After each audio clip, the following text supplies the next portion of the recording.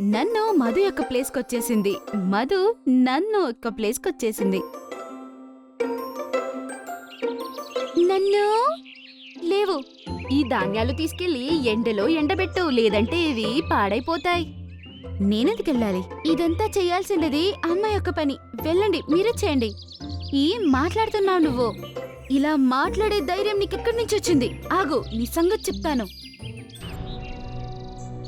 నైని ఒక కట్టె తీసుకొచ్చి ఇలా అంటుంది, నన్ను నోరు మూసుకుని వెళ్ళి నేను చెప్పిన పని చేయి, లేదంటే నీ సంగతి చెప్తాను చూడిప్పుడు.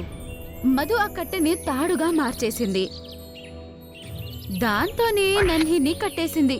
మరియు ఇలా అంటుంది, ఇక్కడే నిన్ను బంధించి ఉంచుతాను, నీకు ఆహారం కూడా ఇవ్వను.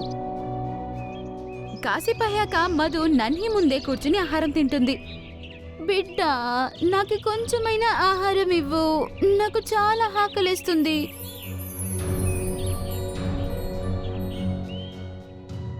నేను నీకు ఆహారం ఇస్తాను, కానీ ఈ బుట్టి తీసుకెళ్లి జుగ్ను పక్షి వాళ్ళ ఇంట్లో పెట్టేసి రావాలి.